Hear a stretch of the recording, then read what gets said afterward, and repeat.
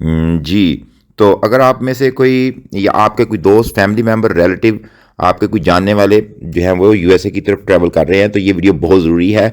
इसके वीडियो की डिटेल और फुल वीडियो देखना आपके लिए बहुत ही इम्पॉर्टेंट है कि क्या प्रॉब्लम आजकल हो रही हैं और कौन सी कॉम्प्लिकेशन से आप बच सकते हैं और क्या प्रिकॉशंस करनी चाहिए, क्या प्रिपरेशन करनी चाहिए। वीज़ा आप अगर रिसीव कर लिया है, आपका ग्रांटेड हो गया है, तो भी आपको कौन सी प्रॉब्लम आ सकती हैं।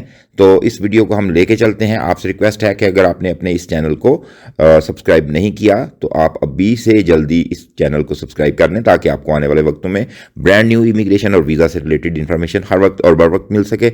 जल्दी से चलते हैं। आप जानते हैं कि मोस्टली आजकल जो विजिट वीज़ाज़ हैं बहुत ज़्यादा मिकदार में, बहुत ज़्यादा जो है वो अलाउ किए जा रहे हैं और बहुत ज़्यादा दिए जा रहे हैं यूएसए की visit visa, specially Pakistan, India और बांग्लादेश और हमारे नेबरिंग कंट्री को। और T20 वर्ल्ड कप के से हवाले से भी मैं ये बात करना चाहूँगा कि अगर आप T20 वर्ल्ड कप के वीज़ा पे जा रहे हैं तो भी आपके लिए ये वीडियो बहुत ज़रूरी है।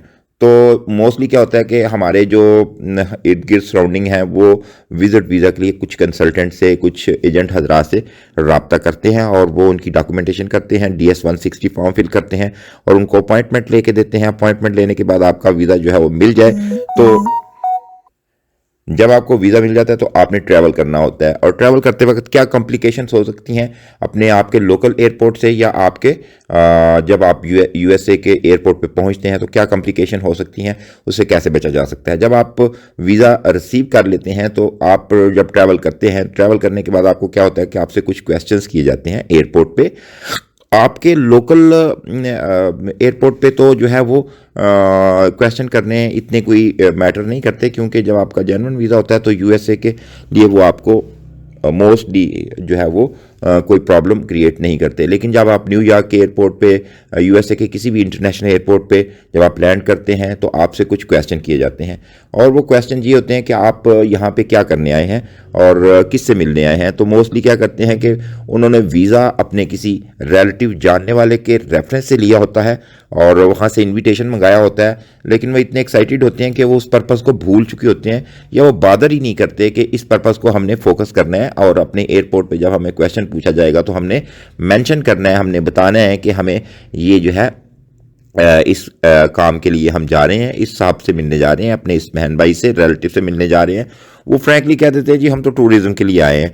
वो समझते हैं कि शायद टूरिज़्म एक बहुत कम्प्रीहेंसिव किस्म की जो है वो चीज़ है और बता देंगे तो बस ठीक है, इनफ है, और वैसे भी हमारा वीज़ा तो लगा हुआ है। ऐसे नहीं होता, ऐसे मोस्टली केसेस में नहीं होता, ऐसे चीज़ें नहीं चलती, वर्क नहीं करती। जब वीज़ा ऑफिसर आपसे पूछ रहा है कि आप क्या पर्पज़ कि किस पर्पज़ के लिए आए हैं, तो इट मीन्स कि वो जानता है आप किस पर्पज़ के लिए आए हैं। जस्ट वो कंफर्म करना चाहता है कि आप क्या वेल प्रिपेयर्ड हैं और आपको पता है आप किस पर्पज़ के लिए आए हैं। वो पूछते हैं आप कहाँ पे रहेंगे। तो मोस्टली क्या होता है कि अगर आपने गेस्ट हाउस में बुकिंग की है, होटल रिजर्वेशन की है, तो आप कह देंगे मैं किसी रिलेटिव के पास रहूँगा। हालांकि इसका भी कोई दूर दूर तक ताल्लुक नहीं होता, लिंक नहीं होता, तो फिर भी आपके लिए प्रॉब्लम हो जाती है। मोस्टली क्या करते हैं कि लोग टूरिज़्म के लिए आए होते हैं और बाद में एयरपोर्ट पे आके बताते हैं कि मैं तो जो है वो अपने किसी रिलेटिव के यहाँ ठहरूंगा, मेरे भाई हैं, मेरे दोस्त हैं। हालांकि ये भी यूएस के एयरपोर्ट पे इमिग्रेशन ऑफिसर बिल्कुल आपके बारे में कंप्लीटली कम्प्रीहेंसिवली जानता है कि आपका कोई रिलेटिव यहाँ पे नहीं है और आप जो है वो बिल्कुल ब्लेंडर मार रहे हैं। तो आप उस वक्त इतने रिलैक्स होते हैं या उसको बादर नहीं करना चाहते इन चीज़ों को कि वो आप जो है वो इधर उधर की आप जो है वो लगा देते हैं। आप समझते हैं कि बस ये कुछ भी हम कह दें, हमें तो वीज़ा मिला हुआ है, वीज़ा हमारा जेन्युइन है, हमें वीज़ा एम्बेसी से मिला, इंटरव्यू के बाद मिला, तो हमें कौन रोक सकता है, ये तो एक फॉर्मेलिटी है। ये तो नहीं, मैंने आपको कई दफ़ा बताया है कि जो वीज़ा ऑफिसर अगर आपको वीज़ा दे देता है, जेन्युइन वीज़ा है, और आप एयरपोर्ट पे जाते हैं तो एयरपोर्ट पे उस कंट्री का immigration officer is full authorise to grant you permission to enter in the country. आपको वो फुल ऑथोराइज होता है कि आपको वो परमिशन दे या ना दे, आपको एयरपोर्ट से डिपोर्ट कर दे अगर उसको लगे कि आपकी इंटेंशंस, आपकी बॉडी लैंग्वेज, आपके क्वेश्चन आंसर, आपकी जो है वो ये सारी आपकी उसको अगर वाइब्स गलत आ रही हैं तो भी वो आपको सस्पेक्ट में ला के आपको कर सकता है। मोस्टली क्या होता है कि अगर आपके पास कुछ केसेस में होता है कि करेंसी आपके पास अपने सपोर्टिंग कम होती है। आप बताते हैं, मैंने उनको अगर वो आपसे पूछें कि आपके पास कितनी अमाउंट है, आप यहाँ पे विजिट के लिए आए और कितनी देर ठहरेंगे, एक तो आप टाइम ड्यूरेशन गलत ना बताएं, बिल्कुल एग्जैक्ट बताएं जितना आपने वीज़ा लेते वक्त बताया था। दूसरा, आपने जितनी करेंसी लेके आए हैं वो बताएं, क्योंकि वो आपकी करेंसी कंफर्म कर सकते हैं कि आपके पास इतनी करेंसी है।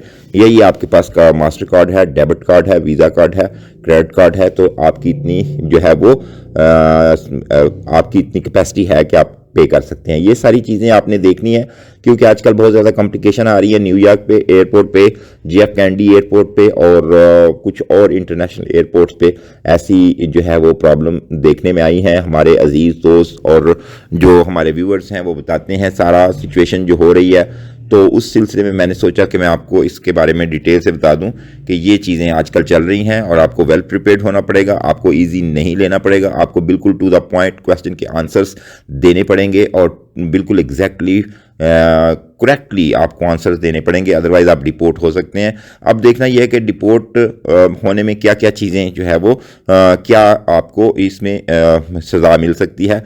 तो ये मुख्तलिफ़ किस्म की सिचुएशंस होती हैं। आपसे रिक्वेस्ट है कि अगर आपने अपने इस चैनल को सब्सक्राइब नहीं किया तो इस चैनल को सब्सक्राइब कर लें, क्योंकि हम फ्रीक्वेंटली ब्रांड न्यू इमिग्रेशन और वीज़ा से रिलेटेड इन्फॉर्मेशन लाते रहेंगे। और अपने इस वीडियो को दोस्तों तक शेयर कीजिएगा, फैमिली मेम्बर तक शेयर कीजिएगा, ताकि उनको इस इन्फॉर्मेशन का पता चल सके। तो डिपोर्ट होने में वो आपका वीज़ा कैंसिल भी कर सकता है, और या फिर आपको जो है वो आपको वक्ती तौर पे आपको डिपोर्ट कर सकते हैं कि आप जाएं और मैं सेटिस्फाइड नहीं हूं। इसमें आपकी टिकट ज़ाया जाने के चांसेस होते हैं, और अगर आपको वीज़ा कैंसिल कर सकता है तो आपका वीज़ा कैंसिल हो जाएगा, फिर आपको दोबारा से वीज़ा लेना पड़ेगा, नए सिरे से जस्टिफिकेशन देनी पड़ेगी। तो ये आज की वीडियो थी, मैंने सोचा आपको शॉर्टली इसके बारे में जो है अपडेट कर दूं और ये सारी चीज़ें हम इंशाल्लाह फ्रीक्वेंटली नेक्स्ट अपनी वीडियोस में भी अपडेट करते रहेंगे। उम्मीद है आपको ये वीडियो अच्छी लगी होगी। वीडियो अच्छी लगी तो दोस्तों को शेयर कीजिएगा। अपना ढेर सारा ख्याल रखिएगा। मुझे इजाज़त दें। अल्लाह हाफिज़।